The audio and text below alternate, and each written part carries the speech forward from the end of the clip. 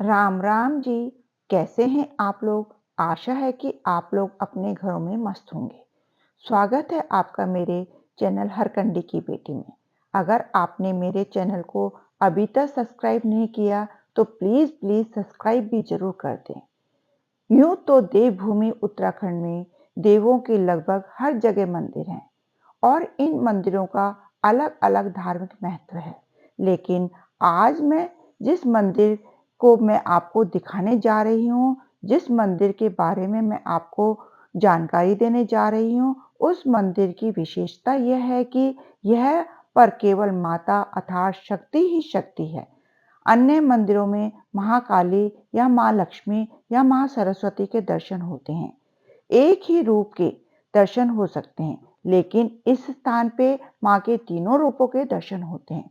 तो आज मैं आपको ऐसे मंदिर के दर्शन करवाने जा रही हूँ जिसका नाम है काली मठ। तो बने रहिए मेरे साथ वीडियो के अंत तक ताकि आपको मंदिर के बारे में पूरी जानकारी प्राप्त हो सके।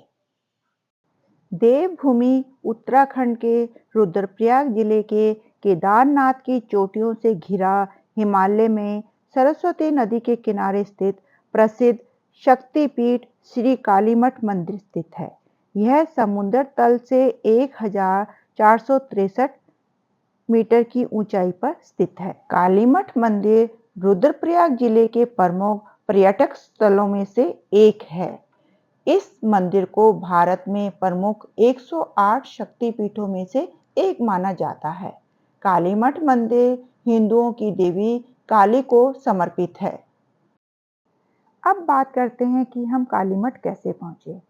ऋषिकेश तक आप बस द्वारा एसी या नॉन एसी सभी तरह की बस ऋषिकेश आती है।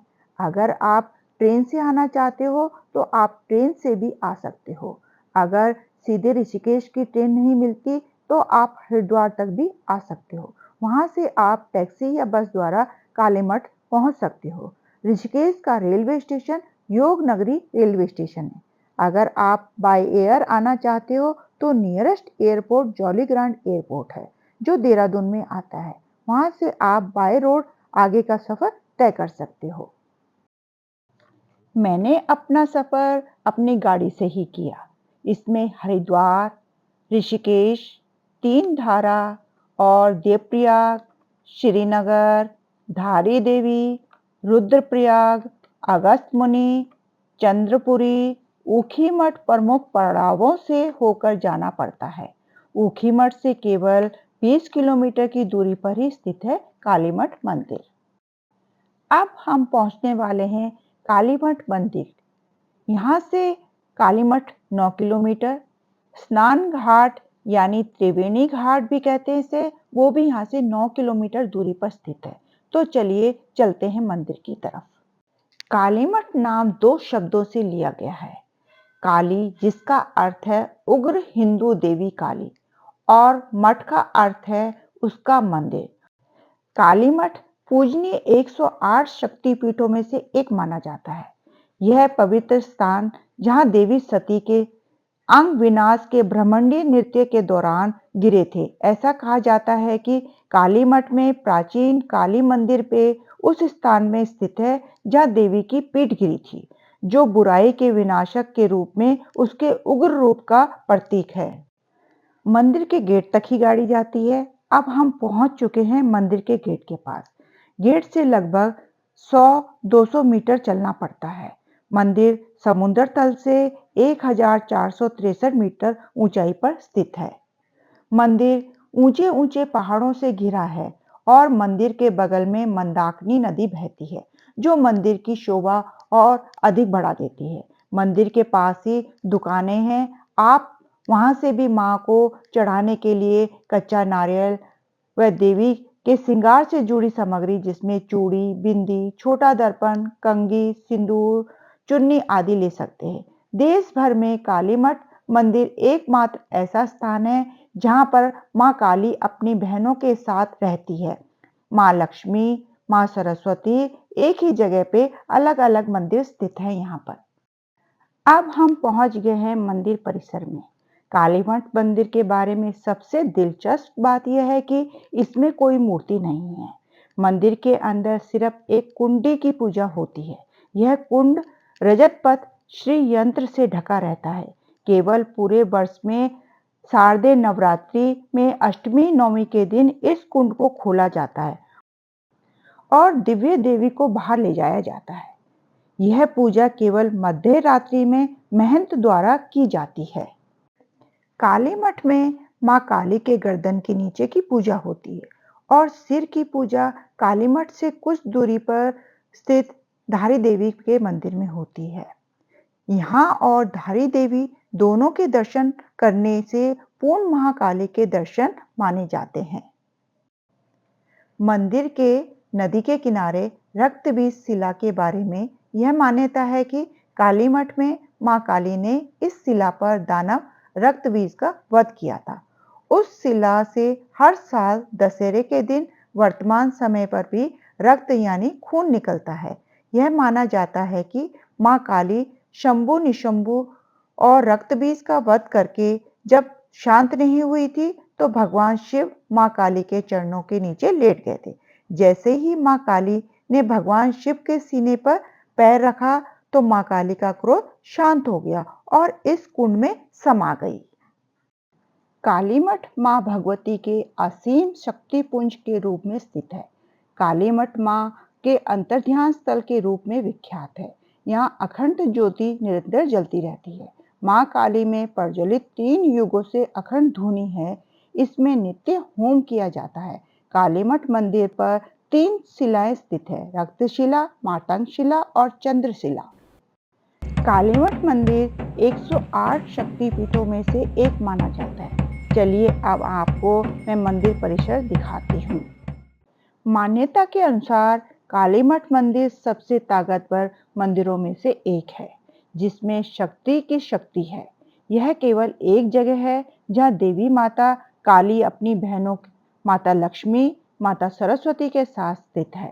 काली मठ में महाकाली, श्री महालक्ष्मी और महासरस्वती तीनों का भव्य मंदिर है। दुर्गा सप्तशती के रहस्य के अनुसार इस मंदिर का निर्माण भी उसी विधान से संपन्न है जैसे कि दुर्गा सप्तशती में बताया गया है। बीच में महालक्ष्मी, दक्षिण भाग में महाकाली और वाम भाग में महासरस्वती की पूजा होनी चाहिए, वैसे ही यह मंदिर बनाया हुआ है। सामने ही शंकर भगवान का मंदिर भी है। आप यहाँ भी शंकर भगवान के दर्शन कर सकते हो। हर हर महादेव। चलिए अब मैं माँ लक्ष्मी मंदिर के अंदर आपको ले चलती हूँ। सामने बहुत ही सुंदर माता की मूर्ति है। जय हो माँ लक्ष्मी। बहुत ही सुंदर, अति उत्तम। यहाँ पर बहुत ही सुंदर मूर्तियाँ रखी हुई हैं। ये बहुत ही पौराणिक मूर्तियाँ हैं और पौराणिक मंदिर भी है। आप इन मूर्तियों के भी दर्शन कर सकते हो। अब हम चलते हैं आगे की तरफ, जहाँ पर माँ गौरा और शंकर जी का मंदिर है और माता सरस्वती का भी आपको मंदिर देखने को यहाँ पर मिलेगा। ये बहुत ही सुंदर मंदिर बने हुए हैं। आप इन मंदिरों में भी दर्शन कर सकते हैं। स्थानीय निवासियों के अनुसार यह भी मान्यता है कि माता सती ने पार्वती के रूप में दूसरा जन्म इसी शिलाखंड में लिया था। काली मठ मंदिर की पुण्य स्थापना आदि गुरु शंकराचार्य ने की थी। गांव कालीमठ मूल रूप से अभी भी गांव क्वाल्था के नाम से जाना जाता है। भारतीय इतिहास के प्रसिद्ध लेखक कालिदास की साधना स्थली भी यही है। इस दिव्य स्थान पर कालिदास ने मां काली को प्रसन्न कर विद्वता प्राप्त की थी। इसके बाद कालीमठ मंदिर में विराजित मां के आशीर्वाद से ही उन्होंने अनेक ग्रंथ लिखे, जिसमें संस्कृत में लिखा हुआ एकमात्र काव्य ग्रंथ मेघदूत है, जो कि विश्व प्रसिद्ध है। रुद्रसूल नामक राजा की ओर से यहाँ शिलालेख स्थापित किया गया, जो कि ब्रह्म लिपि में लिखे गए हैं। इन शिलालेखों में भी मंदिर का पूरा विवरण आप देख सकते हो। माता के दर्शन करने के बाद अब मैं आपको भैरव मंदिर ले चलती हूँ। माता की पूजा तभी पूर्ण मानी जाती है जब आप भैरव देव की पूजा अर्चना करते हो। जय हो भैरव बाबा की। आप भैरव बाबा के दर्शन भी यहाँ पर कर सकते हो। यह स्थान बहुत ही अद्भुत स्थान है। यहाँ प्राचीन काल की मूर्तियाँ रखी हुई है।